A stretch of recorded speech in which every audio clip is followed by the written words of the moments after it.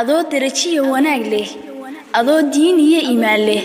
adoo magac iyo dadnimo leh adoo daada ugu sareeya adoo dugsi fiican jooga adoo nimco hoyda baasha adoo daadiyay sharafta damiirka adoon ka dhimanin adoo ku dakeeyay samaha wanaaga adoo la darisa adoo damqashada qof noola xishoodka adoo u dumara TikTok-ta maxaad ka doontay miyaadan u fiirsanayn falowda midkii ku yidhi facaaga inaanu rabin miyaadan ka feejignayn midkii filsanay ku yidhi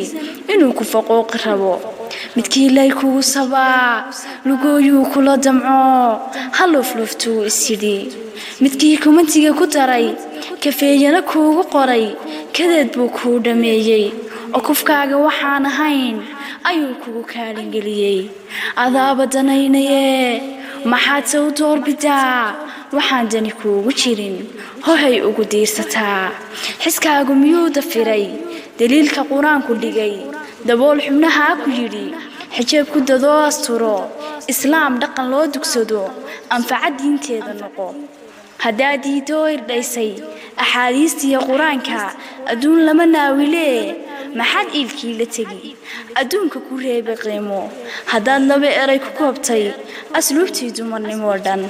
ayaan darawaad haleeshay kolay aramida ku gaadhay anoon ku lahayn wax eeda ilduufkaan kula sino adama kala saari maayo midii saxarlaa haweenka iyo midii xumaha ku sariigatee anaa la qayoonayo dharkaa dumarka ay shidaye liibaanta inaad haleeshid lugooyana aadan mudanin hawlow quruxdiina eega